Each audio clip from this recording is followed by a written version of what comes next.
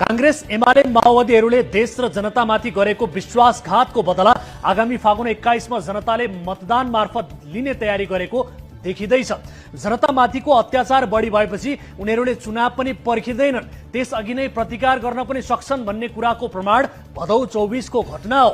कसैले स्वीकार गरे पनि कसैले स्वीकार नगरे पनि यसपटक नयाँ राजनीतिक दलहरूप्रति जनताको आकर्षण देखिएको छ। दल नै नयाँ भएपछि उम्मेद्वार पनि नयाँ हुने भइहाले। शेरबहादुर प्रचण्ड र केपी ओली जस्ता बुढाहरूले प्रधानमन्त्रीको कुर्सीलाई म्युजिकल चेयर बनाएर जुन अराजकता 10-12 वर्षसम्म मचाए त्यसको आधा हिसाब जनताले भदौ 24 मा गरे, आधा हिसाब फागुन 21 मा हुने नै छ।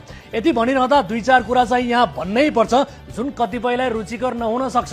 नयाँ भन्ने बित्तिकै सबै ठिक हुन्छन् भन्ने जरुरी छैन, अनि नयाँ पार्टीमा गएका सबै नयाँ पनि मानिँदैनन्। जस्तो कि विद्यार्थी कालदेखि नै नेविसंघको कार्यकर्ताको रूपमा काम गरेर सोडिम वागले अहिले रासोपामा छन्, के उनी नयाँ भइहाले त? अनि पुराना भन्दैमा सबै औचित्य बिनाका कामै नलाग्ने पत्कर पनि भइहाल्दैनन्, किनभने कतिपय पुराना राजनीतिज्ञहरू पनि आफ्नो इमान, धर्म र निष्ठा जोगाएर बसेका हुन सक्छन्।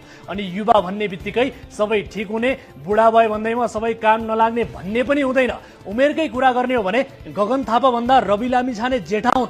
46 सालमा पञ्चायत ढलेर देशको शासन सत्ता सम्हाल्न माधव कुमार नेपाल, केपी ओली, शेरबहादुर देउवाहरू आउँदा यी सबै युवा थिए। यिनीहरू कोही पनि 50 कटेका थिएनन्। शान्ति प्रक्रियामा आउँदा प्रचण्ड र बाबुराम भट्टराईको उमेर त्यस्तै 50-52 को मात्रै थियो। यिनीहरूको पछाडि लागेर बन्दुक बोक्ने धेरै गुरिल्ला सांसद भएका थिए, तिनीहरू त झन् 30-40 को बीचका थिए।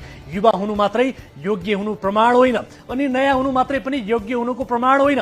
आजसम्म कुनै पनि दलले हामीलाई भोट दिनुहोस्, हामी यी काम गरेर देश र जनताको सेवा गर्छौं भनेर घोषणा पत्र जारी गरिसकेका छैनन्। तर जनताको घर दैलोमा पुगेर मतदातालाई यो गर्छौं त्यो गर्छौं भनिरहेका छन्।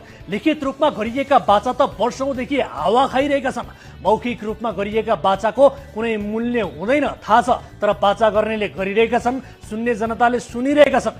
जहाँसम्म घोषणा पत्रको कुरा छ, यो कुरामा पनि कम्तीमा कांग्रेस, एमाले, माओवादी र रासोपाले हाम्रो कुरा पनि सुनिदिउन्। हिजोसम्म पुराना दलले देश लुटे मात्रै भनेर रासोपाले सहानुभूति पाइरहेको, तर अब रासोपा पनि ठुलै दलको रूपमा उदाउने संकेत देखिँदैछ। यसकारण रासोपालाई छाडेर अरूमाथि मात्रै प्रश्न गर्न थालियो भने त्यो अर्को दलीय पत्रकारिता हुन जान्छ।